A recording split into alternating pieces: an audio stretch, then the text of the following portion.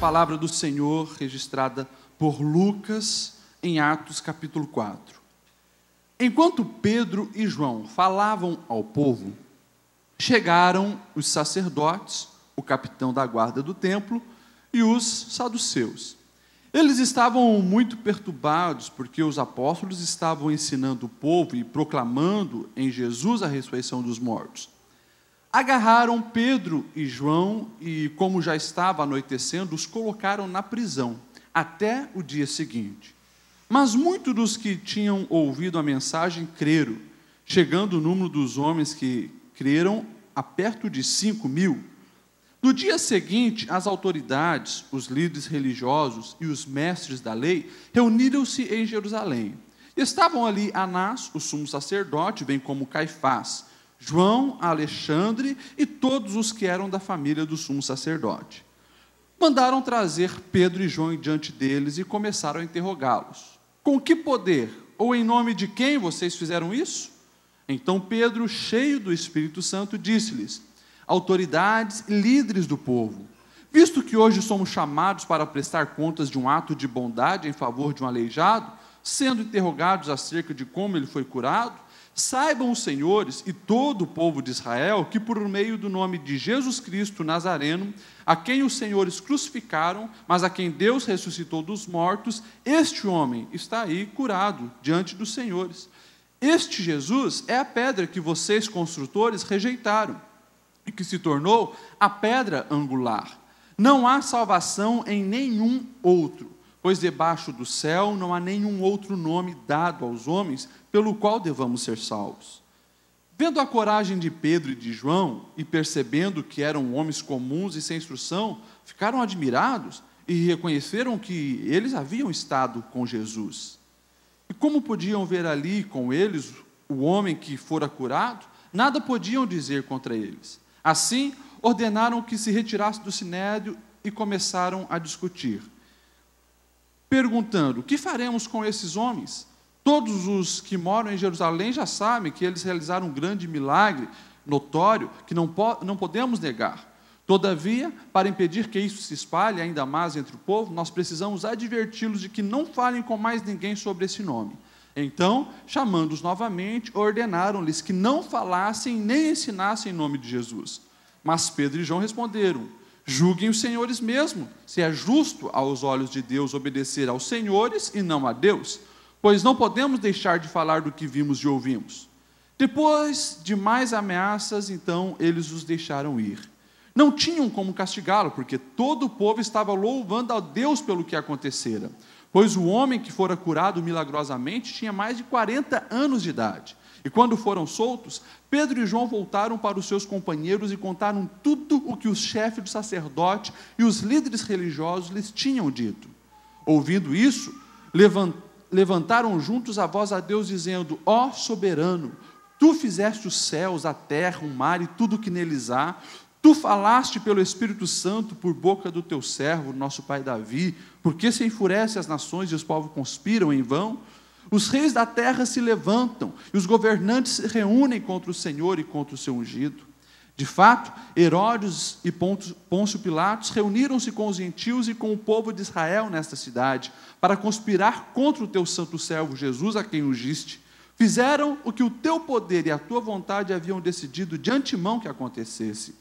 Agora, Senhor, considera as ameaças deles e capacita os teus servos para anunciarem a tua palavra corajosamente. Estende a tua mão para curar e realizar sinais e maravilhas por meio do nome do teu santo servo Jesus. E depois de orarem, o lugar tremeu, o lugar onde eles estavam reunidos, e todos ficaram cheios do Espírito Santo e anunciavam corajosamente a palavra de Deus. Da multidão dos que creram, uma era a mente e um coração. Ninguém considerava unicamente sua coisa alguma que possuísse, mas compartilhavam tudo o que tinham. Com grande poder, os apóstolos continuavam a testemunhar da ressurreição do Senhor Jesus, e grandiosa graça estava sobre todos eles. Não havia pessoas necessitadas entre eles, pois os que possuíam terras ou casas as vendiam e traziam o dinheiro da venda e colocavam aos pés dos apóstolos, que o distribuíam segundo a necessidade de cada um. José, um levita de Chipre, a quem os apóstolos deram o nome de Barnabé, que significa encorajador, também vendeu um campo que possuía, trouxe o dinheiro e colocou aos pés dos apóstolos. Amém? Ele está sentado, meus irmãos, texto bem comprido, 37 versículos, mas essencial para a gente refletir nessa noite sobre as marcas de uma verdadeira igreja. Esse é, então, a quarta mensagem dessa série que nós estamos analisando o livro de Atos, a fim de resgatarmos marcas de uma verdadeira igreja. Nós já vimos em Atos 1, 2 e 3 algumas dessas marcas. Nós já vimos que a igreja verdadeira é guiada pelo Espírito Santo. Nós já vimos que a igreja verdadeira é uma igreja de oração. Nós já vimos que a verdadeira igreja tem uma liderança comprometida com Deus, conhece a palavra de Deus. A verdadeira igreja prega Jesus, Ele é o centro da mensagem. A verdadeira igreja está disposta a aprender. A verdadeira igreja, nós vimos semana passada, enxerga os invisíveis da sociedade, como era o caso desse aleijado. A verdadeira igreja é agente de milagre. A verdadeira igreja glorifica a Deus e não a homens. E nós vimos que a verdadeira igreja aproveita cada oportunidade para falar de Jesus. Então, no capítulo 1, 2 e 3 de Atos, nós vimos sobre isso. E esse texto agora de Atos 4, ele é um texto muito rico. E aqui nós podemos ver mais algumas marcas da verdadeira igreja. Imagine só a cena que nós vimos na semana passada. Um aleijado de 40 anos vivendo esse tempo todo mendigando, estendendo a mão, pedindo uma esmola, assim sobrevivia. 40 anos daquele jeito, ele nasceu assim, já nasceu aleijado, nunca tinha andado. De repente acontece aquele milagre, né? Pedro e João chegando, olha, não temos prata, não temos ouro. Isso que você precisa, isso que você quer, a gente não tem, mas o que você precisa, a gente tem. Em nome de Jesus Cristo, levanta e anda. Aquele homem num salto, levantou, saiu correndo, glorificando a Deus, e o que aconteceu? A Porta Formosa, ela fazia a principal divisão dos pátios dos gentios e o pátio das mulheres. Ou seja, se era o pátio dos gentios, era o lugar onde maior fluxo de pessoas estava. Porque qualquer um que respeitasse as regras de decoro podia passar por ali. Daqui a pouco tinha uma multidão, porque reconheceram, espera aí, a gente passou por aquele homem, é aquele que toda semana quando a gente vem aqui, ele está lá pedindo uma esmolinha, agora pulando, glorificando a Deus. O que aconteceu? Uma multidão se reuniu. E daí nós vemos o discurso de Pedro e João falando de Jesus, mas, se tinha um alvoroço, tinha barulho, tinha uma multidão, é claro que logo ia incomodar alguém. E de repente, como nós lemos aqui, no versículo 1 e 2, nós já vemos que a guarda do templo vem, o capitão da guarda vem ver o que estava acontecendo, vem também sacerdotes e vem um grupo que vivia ali no templo, os saduceus. Todos eles vêm ver o que estava acontecendo. E vendo que os apóstolos falavam de Jesus, que Jesus tinha feito aquilo, e falavam que esse Jesus era aquele que eles haviam crucificado, mas que ressuscitou, daí a confusão estava armada, porque os saduceus eles eram contra que pregasse qualquer tipo de ressurreição. Eles não acreditavam e aceitavam essa doutrina. Então ali já se inflamaram, o chefe do templo, da guarda do templo, já prende eles, e eles passam uma noite na cadeia. Ali então, nós já vemos acontecer uma coisa que é também característica da verdadeira igreja. E aqui é a primeira marca de hoje que nós vamos falar. A verdadeira igreja sempre sofrerá algum tipo de perseguição. Pastor, mas isso a gente pode colocar como marca da igreja? Sim. Se você é um cristão verdadeiro, faz parte da verdadeira igreja, e não há nenhum tipo de problema que você vem enfrentar na sua empresa, na sua escola, nenhuma ridicularização, nenhum xingamento, nada está acontecendo, fica com aquele ditado popular, né? Uma pulga atrás da orelha. Alguma coisa está errada com o seu cristianismo. Todo verdadeiro cristianismo, quem é verdadeira igreja, em algum momento da sua trajetória vai sofrer perseguição. O versículo 2 diz assim, sobre o sacerdote, o capitão da guarda e os saduceus. Eles estavam muito perturbados por causa dos ensinos dos apóstolos.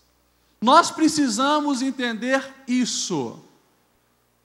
Ser cristão verdadeiro choca a sociedade. Assim como o nosso próprio Jesus chocou. E tudo que eles estão vivendo agora já fora predito por Jesus. Se você pegar a sua Bíblia e abrir lá em João, no capítulo 15, do verso 18 a 20, você vai ver a fala de Jesus da seguinte maneira: se o mundo os odeia, tenham em mente que primeiro odiou a mim. Se vocês pertencessem ao mundo, eles os amaria, como se vocês fossem dele. Todavia, vocês não são do mundo, mas eu os escolhi tirando-os do mundo, por isso o mundo os odeia. Lembre-se das palavras que eu disse: nenhum escravo é maior do que o seu senhor. Se perseguiram a mim, também perseguirão a vós. E aqui, esses homens que foram lá, prenderam os apóstolos, Pedro e João, eles já representam o que iria desencadear, a partir de agora, dos tipos de perseguição. Nós vemos aqui, muito claro, a perseguição religiosa. Estava lá quem? Anás e Caifás, os sacerdotes daquela época, que eram aqueles que anteriormente tinham condenado Jesus. Anás e Caifás. E eles já começaram agora a perseguir os discípulos. Perseguição religiosa sempre vai acontecer, desde os tempos de Jesus. Depois nós vamos ver quem? As próprias religiões do Império Romano perseguindo. Começou com os judeus perseguindo a igreja, e essa aqui é a primeira prisão que os cristãos vão enfrentar e que ainda enfrenta até hoje. Está aqui, começou aqui, né? Até hoje tem perseguição, por quê? Pelas questões religiosas.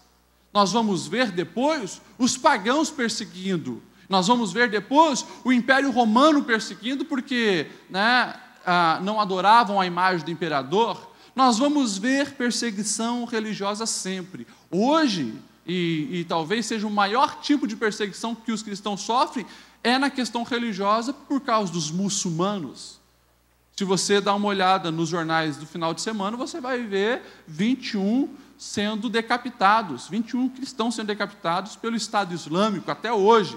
É claro que o islamismo não estava nessa época, foi bem depois. Em 622, depois de Cristo, que surgiu Maomé, que diz que apareceu um anjo de luz. Segundo a tradição islâmica, foi o próprio Gabriel que apareceu e trouxe uma nova revelação, mas aquilo era o diabo. O diabo apareceu para Maomé e instituiu uma religião totalmente desrespeitosa com a natureza humana, porque eles incentivam a matar qualquer um que tenha um pensamento diferente. E está aí o Estado Islâmico querendo instituir a Sharia no mundo, matando gente à torta e direita. Só até hoje, o dia 17 de fevereiro, nesse ano, mais de 5.000 cristãos foram mortos no mundo, principalmente pelos radicais islâmicos. Só na Nigéria, mais de 3.000. Em uma semana, aquela semana que aconteceu o atentado lá na França, aqueles desenhistas lá do Charlie, naquela semana, só naquela semana, 2.000 nigerianos cristãos foram assassinados. E a mídia nem falou, focou apenas naquele evento. Enfim, a igreja desde sempre sofreu perseguição religiosa. Por quê? Porque choca a maneira que os cristãos vivem. Também perseguição militar. Aqui já estava o capitão da guarda, ali do templo. Depois nós vamos ver o próprio Império Romano pegando os seus exércitos e oprimindo os cristãos, roubando os cristãos, saqueando os cristãos e assim por diante. Nós vamos ver a questão das ideologias. Aqui, por exemplo, os saduceus estavam lá por causa mais da ideologia, pregando ressurreição. Não, isso não pode acontecer. Os saduceus, além dessa característica de não crer na ressurreição, eles apoiavam o Império Romano. E eles eram, a maioria, homens ricos, né, que gostavam de manter a aparência e uma política de harmonia com o Império Romano. Eles estavam ali porque eles sabiam que aquele tumulto poderia resultar em prejuízo para eles. Vai que é necessária a intervenção do exército romano aqui. Então, eles já estavam lá. E as ideologias que nós vemos aqui são totalmente também diferentes. O que os cristãos estavam pregando e o que eles acreditavam. Nós vamos ver depois o próprio Império Romano perseguindo os cristãos por causa dos valores e princípios.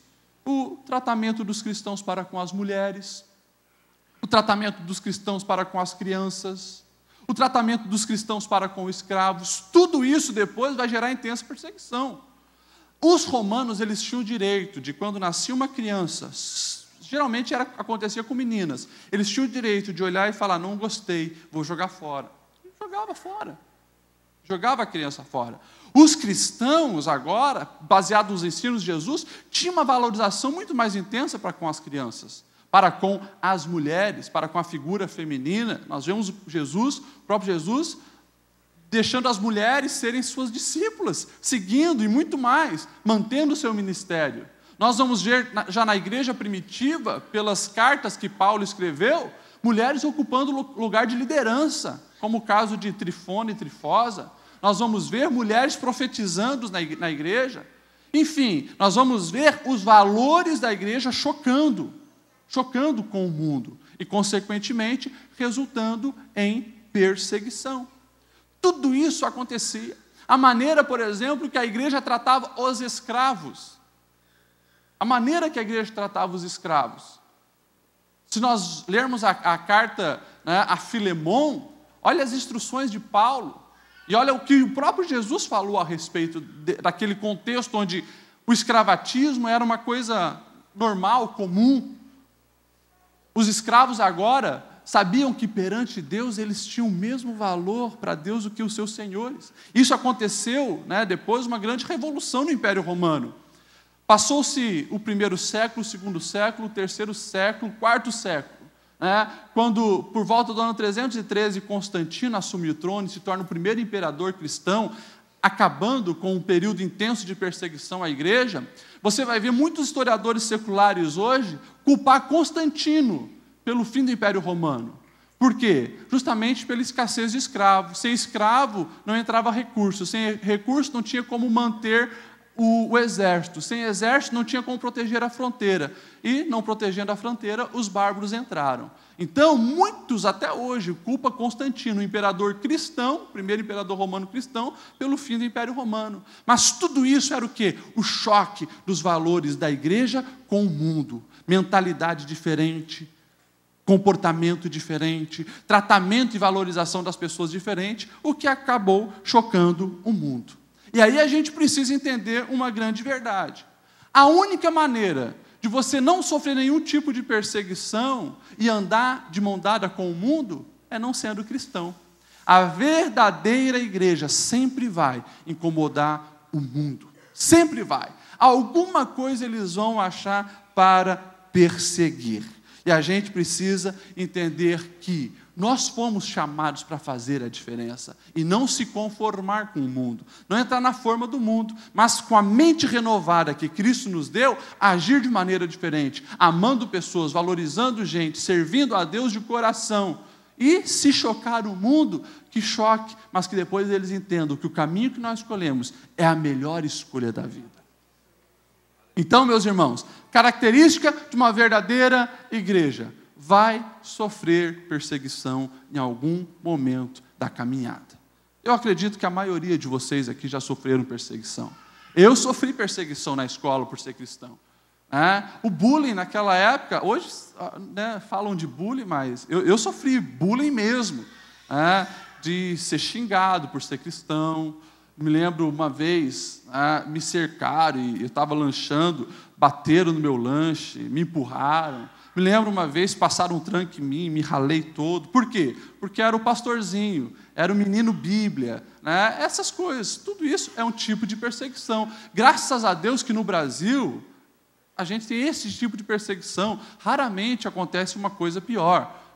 Agora, vai em outros lugares do mundo hoje, eles têm que morrer por causa do Evangelho. A perseguição exige a morte. Mas todo verdadeiro cristão precisa estar preparado para isso. Eu sempre digo, o verdadeiro cristão, ele é um mártir em potencial. Se um dia precisarem chegar aqui com armas e disser, ou o Deus de vocês, ou negam Deus, ou vivem, a gente não nega Deus, a gente morre por amor ao Senhor. Mas essa é uma grande verdade que nós precisamos entender. Segunda coisa que nós vemos aqui, extremamente importante, que é uma marca da igreja verdadeira e de todo verdadeiro cristão, é que ele é parecido com Jesus e vai levar as pessoas a verem um pouquinho de Jesus na sua vida. Se você observar o versículo 13, você vai ver assim, no dia seguinte, então, que eles passaram na cadeia, o Sinédrio se reúne. Sinédrio era mais ou menos 71 homens ali, judeus, era a corte dos judeus, onde eles decidiam os principais assuntos. Sinédrio. Para fazer parte do Sinédrio era só elite, só homens altamente estudados, alguns fariseus, alguns saduceus, o sacerdote era quem governava isso ali, era só homem tecnicamente estudados e de famílias relevantes. Nós estamos falando de Jerusalém, nós estamos falando de uma cidade que tinha uma população considerável, então só elite naquela sala, 71 homens da elite, e lá dois pescadores, o Pedro e o João. E quando falaram, e aí, explica para a gente o que foi isso? Quando eles começam a discursar, aqueles homens ficam de boca aberta. E daí eles falam essa frase que está no verso 13.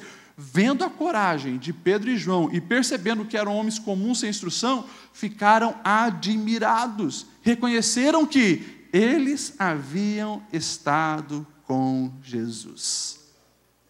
Irmãos, isso aqui é lindo. Homens cheios do Espírito Santo, agora colocando 71 homens na parede, todo o Sinédrio na parede. Eles eram os acusados, mas o discurso deles você vai ver que eles inverteram o papel. Eles estavam agora acusando aqueles que haviam matado Jesus e falando, é desse jeito que vocês fizeram. Vocês são os culpados e agora estão querendo jogar uma culpa para cima de nós, por quê? Por nós fizemos algo bom? Porque um homem que antes não podia andar está andando? É lindo o que nós vemos aqui. E claro, isso aqui é mais uma vez para nós entendermos que Jesus, tudo aquilo que ele prometeu se cumpre. Isso aqui que estava acontecendo era a promessa do Senhor. Se você abrir a sua Bíblia em Mateus 10, do verso 17 ao 20, você vai ver as seguintes palavras de Jesus. Tenham cuidado, pois os homens os entregarão aos tribunais e os açoitarão nas sinagogas deles. Por minha causa, vocês serão levados à presença de governadores, reis, como testemunhas. Mas quando os prenderem, não se preocupem quanto ao que dizer ou como dizer. Naquela hora, lhes será dado o que dizer, pois não serão vocês que estarão falando, mas o Espírito de Deus que falará por intermédio de vocês. Olha só, a intimidade com o Senhor, aqui é aquilo que nós falamos no primeiro item da igreja, do que é ser uma verdadeira igreja. Da primeira característica, ser guiado pelo Espírito do Senhor. Até mesmo o nosso falar, a nossa argumentação, as nossas ideias direcionadas por Deus. Naquele momento de confrontação, esses homens eles estavam altamente conectados com Deus. E tudo que eles falaram ali, deixaram aqueles homens de boca aberta e falaram, eles andaram com Jesus. Eles andaram com Jesus. Porque lembraram, olharam para ele e disseram, tá vendo? São discípulos mesmo. Estão agindo como aquele Galileu agia. Estão agindo como aquele homem que morreu na cruz, que nós crucificamos, agia. Isso aqui, meus irmãos, precisa ser uma característica nossa. O nosso falar precisa lembrar as palavras de Jesus. O nosso agir precisa lembrar o agir de Jesus. A maneira que eu venha tratar o meu próximo, a maneira que eu venha tratar a minha família, a maneira que eu venha tratar os meus chefes, a maneira que eu venha agir diariamente, precisa lembrar Jesus. Isso é marca de um verdadeiro cristão. Amém? Nós vemos depois, eu vou acelerar porque senão não vai dar tempo de a gente ver tudo, né? Depois então que eles falam as verdades para aquele sinédrio, os sinédrios vê que eles haviam estado com Jesus porque estavam agindo igual. Nós vemos daí o sinédrio então mandando eles sair um pouco, saiam, nós queremos resolver aqui um veredito sobre vocês. E eles ficam, apavorados. O que nós vamos fazer? Não podemos açoitar esses homens. Imagine se nós açoitar, o povo vai linchar a gente. Você imagine isso, meus irmãos. O povo de Jerusalém, durante anos e anos e anos, vendo aquele aleijado lá. Aquele aleijado nunca tinha andado na vida. Eu acredito que essa noite que os apóstolos ficaram na prisão, aquele aleijado não dormiu.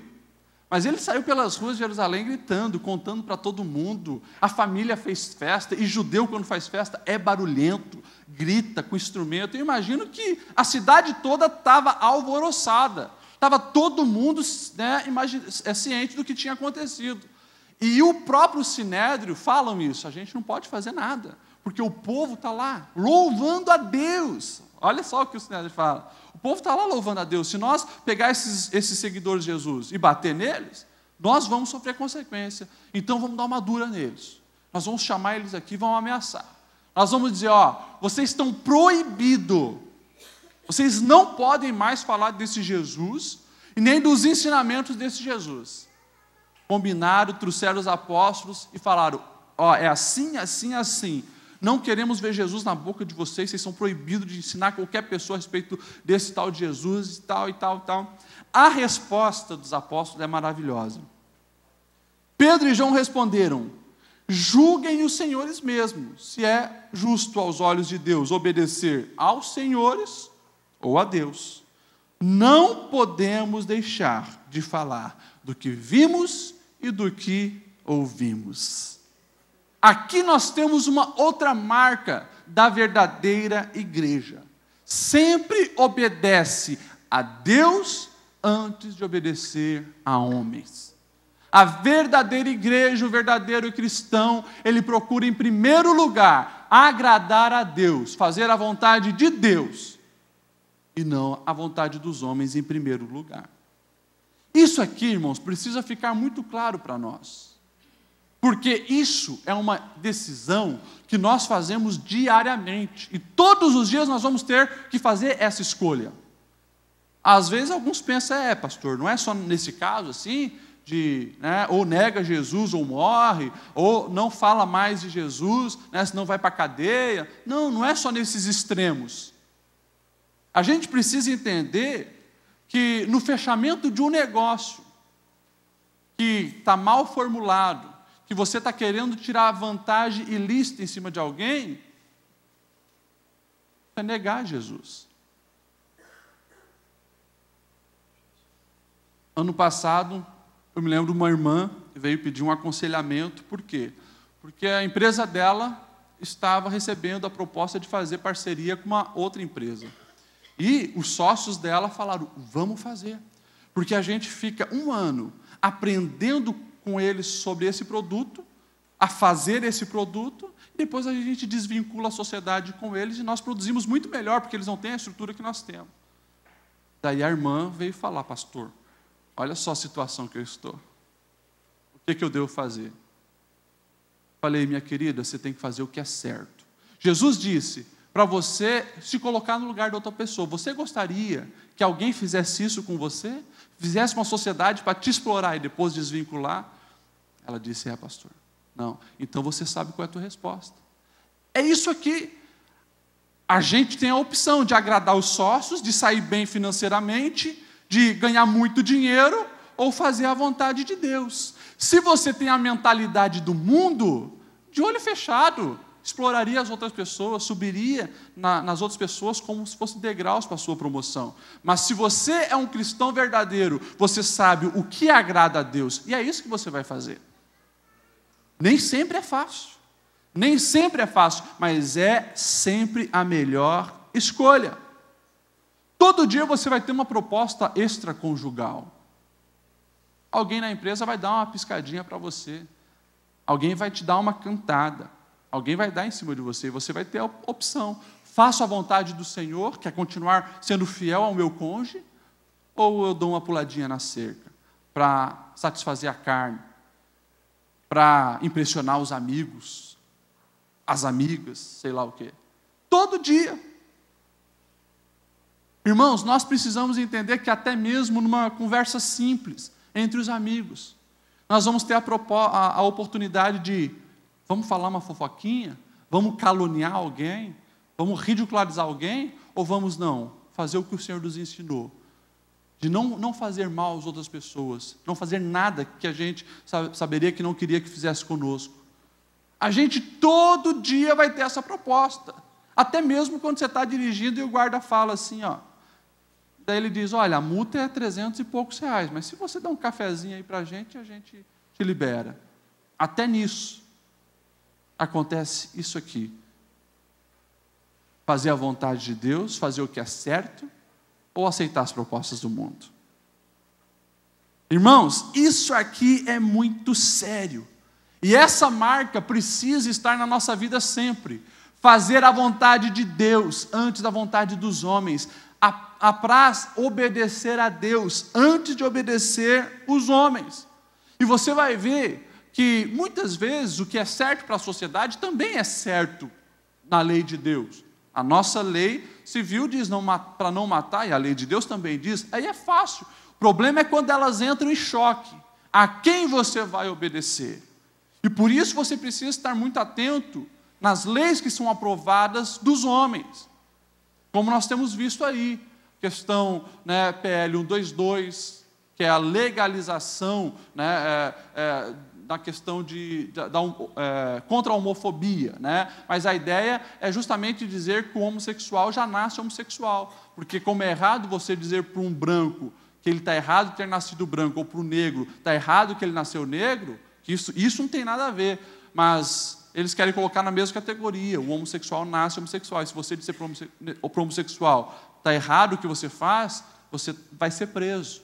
Você vai ser preso. Entende? A gente precisa estar atento nessas leis. Agora, e se um dia for aprovado? E eu creio, meus irmãos, que vai chegar dia que as coisas vão ficar estreitas. Que as leis civis, porque o mundo jaz no maligno, que as leis civis vão estar estreitas. E aí você vai ter que ter uma opção. E nós vamos encontrar na cadeia, em nome de Jesus. Fazer culto lá.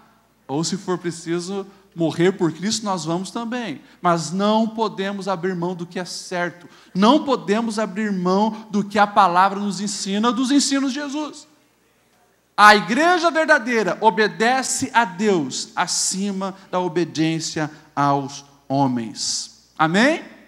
Agora, eu acho lindo o final dessa frase, Quando eles dizem, julguem o Senhor e se é justo, aos olhos de Deus, obedecer a vocês ou a Deus, pois não podemos deixar de falar do que vimos e ouvimos. Isso aqui mostra, meus irmãos, que essa convicção que eles tinham, que precisava em primeiro lugar honrar e obedecer a Deus, era fruto de quê? Experiência. De experiência. Eles tinham essa convicção por quê? Porque eles haviam visto grandes coisas, eles haviam ouvido grandes coisas. A experiência com Deus, isso faz toda a diferença. Amém? Hoje, então, nós já vimos aqui que as marcas de uma verdadeira igreja vai sofrer algum tipo de perseguição. A verdadeira igreja, ela sempre se parece com Cristo e o mundo vai ver isso. A verdadeira igreja obedece a Deus acima da obediência aos homens. E nós vemos ainda, que eu gostaria de complementar o que nós falamos já no Atos capítulo 1, sobre a oração, que é uma marca de uma verdadeira igreja. Porque aqui volta a repetir esse assunto. Quando nós vemos o Pedro e o João retornando, eles então saem do Sinédrio e eles retornam agora junto dos seus, junto às suas famílias, junto dos outros cristãos. Olha só o versículo 23. Quando foram soltos, Pedro e João voltaram para os seus companheiros e contaram tudo que o chefe do sacerdote e os líderes religiosos lhe tinham dito. Ouvindo isso, levantaram juntos a voz a Deus, dizendo, e aqui é lindo, olha só, eles voltam e não voltam agora com medo, mas eles voltam e já começam a fazer o quê? Uma prática que precisa ser comum para o verdadeiro cristão, oração. E eles então erguem a voz ao Senhor e começam a louvá-lo, e dizendo assim: ó soberano, tu fizeste os céus, a terra, o mar e tudo que neles há. O que eles estão fazendo aqui? Lembrando as grandezas de Deus. Isso aqui vai o quê? Vai gerar coragem neles. Porque se o nosso Deus é esse Deus que fez todas as coisas, o que nós vamos temer? Depois, olha só, versículo 25, 26, 27. Tu falaste pelo Espírito Santo por boca do teu servo, nosso pai Davi, porque se enfurecem as nações e os povos conspiram em vão. Os reis da terra se levantam e os governantes se reúnem contra o Senhor. De fato, Herodes e Pilatos reuniram-se contra os gentios e com o povo de Israel nessa cidade, para conspirar contra o teu santo servo Jesus, a quem ungiste. Fizeram o que o teu poder e a tua vontade haviam decidido de antemão que acontecesse. O que eles estão fazendo aqui, irmãos? Lembrando da soberania de Deus. E aqui a gente olha o mistério da oração. Eles levantam a voz em oração e começam agora a lembrar quem Deus é. A oração, além de ser um diálogo com Deus, nós já falamos sobre isso, é principalmente para nós. Eles estavam aqui, através da oração, fortalecendo a fé deles e recapitulando a soberania de Deus. Eles estavam dizendo: Senhor, até o Pilatos, até Pilatos e até o Herodes, né, que nem te conhecem, eles acharam que estavam exercendo a autoridade e o poder deles, mas na verdade eles estavam fazendo a tua vontade, porque aprove o Senhor, né, que Jesus morresse. Eles estavam lembrando da soberania de Deus. Para quê? Para que a fé deles fosse fortalecida. Ei, Deus está no controle. Por mais que a gente ficou essa noite na cadeia, Deus está no controle. Por mais que está se levantando perseguição, Deus está no controle. E olha a continuação da oração. Eles pedem, né, versículo 29 e 30, agora, Senhor, considera as ameaças deles e capacita os teus servos para anunciar a tua palavra corajosamente. Estende a tua mão para curar e realizar sinais maravilhosos por meio do nome do teu santo servo Jesus. Olha só, a oração também é composta pela petição, mas a gente precisa entender que coração em conexão com o Espírito Santo não vai pedir besteira. Que nem, né, Tiago vai dizer, vocês pediram, e às vezes pedir tanta coisa errada, tanta besteira, para o seu próprio ego, que vocês não recebem. Mas aqui há uma sincronia tão linda com o Espírito Santo, que as petições deles é justamente aquilo que era a vontade de Deus. Era a vontade de Deus que eles falassem corajosamente e ousadamente do Evangelho. Era a vontade de Deus que milagres acontecessem, para mostrar o poder de Deus. E, consequentemente, depois dessa petição, nós já vemos o resultado da oração. O verso 31, depois de orarem, tremeu o lugar em que estavam reunidos. Todos ficaram cheios do Espírito Santo e anunciavam corajosamente a palavra de Deus. Olha que experiência linda. Tinham saído da prisão, saíram do sinédrio, agora vão orar junto com os seus, e de repente mais uma coisa fantástica acontece. Como resposta da manifestação de Deus, o Senhor fez algo físico acontecer, que o lugar onde ele estava tremeu com o poder de Deus. E a continuação do versículo diz: e todos ficaram cheios do Espírito Santo. Sabe o que eu acho lindo nisso aqui? É justamente a questão de reavivar. Porque se você olhar em Atos 2, você já vai ver que um fenômeno fantástico acontece, e eles, lá, Lucas já registra, e eles foram cheios do Espírito Santo. Aqui, de novo, eles foram cheios do Espírito Santo. Renovação espiritual. Você vai ver que isso é uma busca constante da igreja. Renovação espiritual. E a base disso é o que, irmãos? Oração. Oração e oração. Por isso eu fiz questão de enfatizar a oração mais uma vez como marca da verdadeira igreja. Não tem crente verdadeiro que não ama oração. Não tem. Todo crente verdadeiro vai amar e estar em conexão com o seu Deus. E a gente precisa resgatar isso. Isso aqui evidencia muitos que estão na igreja, mas ainda não se renderam totalmente ao Senhor. Você vai ver que tem gente que ama os louvores. E isso é bom. Todos nós devemos amar e louvar o Senhor. Mas aí você vê, agora não vamos ficar 10 minutos em oração. Você vê, né, uns ficam dando voltinha, uns vão no banheiro e fica 10 minutos no banheiro, daí quando ouve o louvor tocar, volta. Oração. Não tem como viver com a nossa alma inflamada, o coração aceso por Deus, sem oração. A oração é base, a oração é essencial, e nós precisamos orar mais. Amém? Vou continuar correndo aqui, senão não vai dar tempo de falar tudo que tem para falar. Nós vemos uma outra marca da verdadeira igreja, além da oração, e aqui eu vou passar rápido, porque a gente vai voltar nisso lá na frente, é a unidade. O versículo 32 diz: da multidão dos que creram, uma era a mente e o coração. Nós vemos aqui uma multidão mesmo, porque o número deles já estavam crescendo. Nós vemos na primeira pregação de Atos 2, 3.000 homens. Lucas faz questão de registrar homens, que era a contagem daquela época, eles não contavam as mulheres, homens, 3.000 homens, fora as mulheres que haviam se convertido, e agora, os resultados dessa pregação de Pedro e João, né, pelo fato da cura do aleijado, já resultou no acréscimo de mais 2.000 homens, porque fala que agora 5.000 estavam servindo ao Senhor. Se havia 5.000 homens, é bem provável que nós temos aí pelo menos o dobro de mulheres. No mínimo, nós temos umas 10.000 pessoas. E a gente vê que o nível espiritual deles estava tão elevado que Lucas chega a registrar, né, nas suas pesquisas, era uma mente. Ou seja, eles tinham todos o mesmo propósito. Eles tinham todos os mesmos objetivos. Eles queriam a mesma coisa. Eles tinham uma sintonia entre eles. E depois vai falar, e eles tinham o mesmo coração, um coração, uma entrega total, um amor que eles tinham, a unidade da igreja. Todos ali estavam fazendo o quê? Colocando Jesus como cabeça daquele corpo. E eles estavam ali descobrindo as suas funções no corpo de Cristo. E exercendo as suas atividades com o mesmo propósito, anunciar o Evangelho, proclamar essas boas novas. Eles queriam isso. Então, a unidade precisa ser uma marca da igreja. E vamos falar disso um pouco mais para frente, com mais intensidade.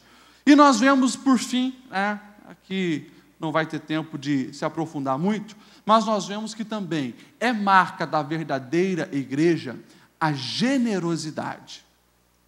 A generosidade. Nós vemos no versículo 32 ao 37, o relato dessa maneira: ninguém considerava unicamente sua coisa alguma que possuísse, mas compartilhavam tudo o que tinham. Não havia pessoas necessitadas entre eles, pois os que possuíam terras ou casas as vendiam, traziam o dinheiro da venda e colocavam aos pés dos apóstolos, que assim distribuíam segundo a necessidade de cada um. Chegou José, um levita de Chipre, ao quem os apóstolos deram o nome de Barnabé, que significa encorajador. Este vendeu um campo que possuía, trouxe o dinheiro e colocou aos pés dos apóstolos. Aqui, meus irmãos, o que eles estão fazendo? Eles estão cumprindo o ensino de Jesus, reforçado, né, que reforçou a mensagem de João Batista. João Batista já pregava essa questão do compartilhar, né, da generosidade. Se você ir lá para Lucas capítulo 3, verso 11, você vai ver na pregação de João Batista dizendo: ei, quem tem 2 túnicas, dê uma para quem não tem. Se você tem pão, reparta com quem não tem. E nós vamos ver Jesus depois intensificando essa questão de favorecer as outras pessoas, de ajudar, de compartilhar. E também, tudo que nós vemos aqui é o cumprimento de honrar ao Senhor com seus bens, que nós vemos lá em Provérbios 3, nós vemos em todas as passagens que nós vemos do Antigo Testamento. A igreja agora estava trazendo ali para dentro do cristianismo, para essa nova fé. Todos aqueles ensinos eles estavam trazendo. E chegou um ponto onde eles, né, vendo a necessidade, e a necessidade daquela época, gente, era muito mais intensa que a necessidade que a gente vive em realidade de Blumenau. Tá? Já falei para os irmãos que na Palestina, comida era coisa rara, água é coisa rara. Né? Então não pense que a mesma coisa que acontecia lá, acontece hoje aqui. Na verdade, na nossa sociedade no Brasil, principalmente sul e sudeste, é difícil alguém morrer de fome, porque os lixos estão abarrotados de comida. Não é como uma pessoa que está lá na África, que morre de fome porque não tem nenhum grilo para comer. Aqui nós vemos uma outra realidade. né? Só morre de fome, literalmente, quem talvez tem muito orgulho e não quer vasculhar uma lata de lixo. E tomara que ninguém precise chegar nesse nível. Mas naquela época, comida era coisa rara, água era coisa rara, e roupa era coisa rara. Não tinha, né, tantas indústrias como nós temos em Blumenau. Roupa era coisa rara. E quando nós vemos João Batista falando quem tem 2 túnicas reparta com quem não tem, era uma coisa que acontecia frequentemente. Pessoas não terem roupa. Não terem roupa para vestir, enquanto os ricos tinham, muitas e muitas capas. Então nós precisamos olhar para esse texto e entender aqui a questão da generosidade, de você olhar para as necessidades das outras pessoas e abrir mão do que você tem para quê? Para suprir a necessidade daquela pessoa. Era justamente isso que eles estavam fazendo na igreja primitiva. Os primeiros cristãos estavam fazendo. E isso aqui, meu irmão, é uma característica que todos nós precisamos fazer. Questão da generosidade. E aqui existem algumas coisas importantes para a gente observar. Pastor, a questão do dízimo. Por que então 10%? Se naquela época eles vendiam tudo. Você vai ver que nesse início, a maioria, não fala que todos, mas uma grande parte, literalmente, eles vendiam o terreno que tinha, a casa que tinha, pegavam o dinheiro e traziam aos pés dos apóstolos. Vocês sabem, as famílias estão necessitadas, vocês sabem o que precisa, onde precisa ser investido, está aqui. O tempo vai passando e você vai ver que daí no 2º século, eles resgatam o costume do Antigo Testamento dizendo o mínimo. Porque alguns, no capítulo próximo de Atos a gente vai ver, alguns já querendo fazer coisa errada com o dinheiro, alguns buscando status, alguns se confundindo essa questão. Então você vai ver, a partir do século II, os bispos da igreja falando, o mínimo que nós devemos fazer é dar 10% da nossa renda. Por quê? Porque se já o Antigo Testamento, os judeus fazem isso, nós que recebemos a graça, precisamos fazer com muito mais intensidade. Precisamos entender que tudo o que nós temos pertence a Deus, e o mínimo que nós precisamos entregar para a administração dos apóstolos é 10%. Então, é daí que veio essa prática dos dízimos. E aqui tem algo extremamente necessário a gente falar também, é essa questão de trazer aos pés dos apóstolos. O tempo passou e tem muita gente hoje que diz, não, pastor, eu não entrego meu dízimo para a igreja, porque eu não sei como que os pastores vão administrar. Eu mesmo administro os meus dízimos, comprando uma cesta básica para um, ajudando o outro, e assim por diante. Nós vemos já desde o início o Senhor levantando líderes também para essa causa. Eu me assusto com alguns cristãos que pensam dessa maneira.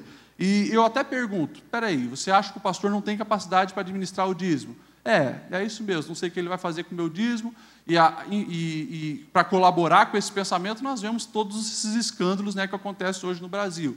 Tem muita gente se dizendo pastor e administrando errado os dízimos. Tem. Agora, eu me pergunto, se você é um cristão, está indo numa igreja, você não confia que o pastor vai administrar bem os seus dízimos, mas você confia no que ele está pregando? Você não confia que o pastor vai administrar corretamente diante de Deus o teu dízimo, mas você deixa ele colocar a mão sobre a tua cabeça para te abençoar? Tem alguma incoerência aí. Se você frequenta uma igreja, eu espero que você pelo menos confie naquele pastor, porque senão você está sendo hipócrita. Você está indo para um lugar, ouvindo alguém que você suspeita. O teu coração não vai receber a palavra, vai estar fechado. Você vai deixar alguém orar por você, mas você acha, essa pessoa orar por mim, é complicado. Então nós vemos aqui, meus irmãos, um princípio que até hoje nós precisamos resgatar e lembrar. Eu vou dizimar, eu vou entregar os 10% pelo menos à obra do Senhor, mas confiando que o Espírito Santo continua guiando a liderança da igreja, os pastores da Assembleia de Deus de Blumenau. Agora, o dia que você não tiver mais essa alegria e essa voluntariedade no contribuir, daí, irmão, o que a gente precisa fazer? Eu preciso orar, buscar a direção de Deus. Ou muda esse pastor, porque está prejudicando a igreja, ou o Senhor abre um outro lugar para mim. Nós precisamos, às vezes, meus irmãos, ser assim, um pouco taxativo, mas para quê? Para que venhamos viver de maneira coerente, embasados na palavra do Senhor. Amém, irmãos? Agora, o que nós precisamos entender? O Senhor, Ele quer que você seja generoso. E isso aqui, irmãos, é uma palavra para todos nós, começando por mim aqui. Muitas vezes nós somos egoístas. A gente, muitas vezes, está lá com 10 camisas no guarda-roupa, e a gente sabe de uma pessoa que só tem uma, ou não tem nenhuma às vezes. A gente precisa tomar uma atitude. Tem pessoas que nem faz questão de visitar os bairros mais pobres da nossa cidade. Para quê? Para a consciência dele não ficar pesada. Daí ele pode dizer, eu nem sei onde tem gente necessitada, então eu posso ficar acumulando para mim. Meus irmãos, nós precisamos ter a atitude de Jesus, se importar com as pessoas, agir generosamente e fazer aquilo como o pastor Black falou hoje, muitas vezes atitude sacrificial. Ou você acha que essas pessoas que venderam o terreno estavam sobrando terreno? Eu acredito que não. Nós vemos que pessoas ricas começaram a entrar também na igreja inicial, a maioria era pobre. Agora, uma pessoa que vende terreno não era uma coisa que estava sobrando, mas é que ela viu uma necessidade tão grande, muitas pessoas, e a grande maioria ali era pobre, pobre, pobre, muitas pessoas passando fome, muitas pessoas sem roupa para vestir. Não, eu não posso ficar com o meu terreno lá e vendo essa necessidade. Então, meus irmãos, nós precisamos repensar isso, porque com a globalização, nós diariamente recebemos notícias, não só de Blumenau, não só de Santa Catarina, não só do Brasil, mas do mundo todo sobre as necessidades. E a gente precisa fazer alguma coisa. A gente precisa ter algum tipo de atitude. Eu louvo a Deus, porque se você pegar a história lá do início da igreja, nesses 2000 anos de história, você vai ver quem fez alguma coisa era crente, era cristão. Raramente, agora, depois da globalização, que os agnósticos e os ateus, justamente porque isso era algo que os cristãos falavam para eles, eles começaram a pensar em fazer algum tipo de coisinha boa em prol do próximo. Mas durante toda a história, quem fez foi a igreja. Quem construiu hospitais? A igreja. Quem abriu orfanatos? Igreja. Quem abriu cuidado com os anciões? A igreja. A igreja. Basta você ver no Brasil, basta você ir na Europa, basta você ir nos Estados Unidos, quem que faz trabalho voluntário de benefício social é cristão. É cristão. Então, meus irmãos, que nós não venhamos deixar essa chama de generosidade apagar dentro de nós, mas venhamos ser generosos. Eu vou finalizar, que já falei demais, mas que essas lições que nós falamos hoje aqui venham fazer parte da nossa vida, que a gente venha estar disposto, se for preciso, sofrer por amor a Cristo, e enfrentar as perseguições com ousadia, coragem, determinação, sabendo que não tem como andar de mão dada com o mundo sendo um verdadeiro cristão. Algum incômodo vamos gerar, sim. Que nós venhamos entender que o Senhor deseja que nós estejamos parecidos com Ele. E que, muitas vezes, as pessoas vão olhar e dizer, você é diferente. O que é que você tem? Teu jeito de falar, de tratar teu marido, tratar tua esposa, teu jeito de se comportar na direção do teu carro, é diferente. O que é que você tem? Você vai falar, é Jesus. Que nós possamos, irmãos, obedecer a Deus acima de todas as coisas. De todas as coisas. E quando precisar olhar para uma pessoa e dizer, não vou fazer isso, por mais que venha nos comprometer socialmente, a gente precisa entender que mais vale agradar a Deus do que agradar aos homens. Que quando nós formos chamados perante o Senhor na intimidade, nós venhamos nos encontrar dispostos a orar, a buscar a presença do Senhor. Que nós venhamos estar dispostos a viver em unidade, deixando que a palavra de Deus guie os nossos princípios, os nossos valores, as nossas prioridades, que a gente venha aprender a ser generoso, investir no reino de Deus, que é o que? Gente, pessoa, expansão do Evangelho, crescimento do reino de Deus, envio de missionários, sustento de viúvas e assim por diante. Amém? Vamos orar 5, 10 minutinhos, meus irmãos? Dobre o seu joelho. Nós vamos falar com Deus uns 8, 10 minutinhos.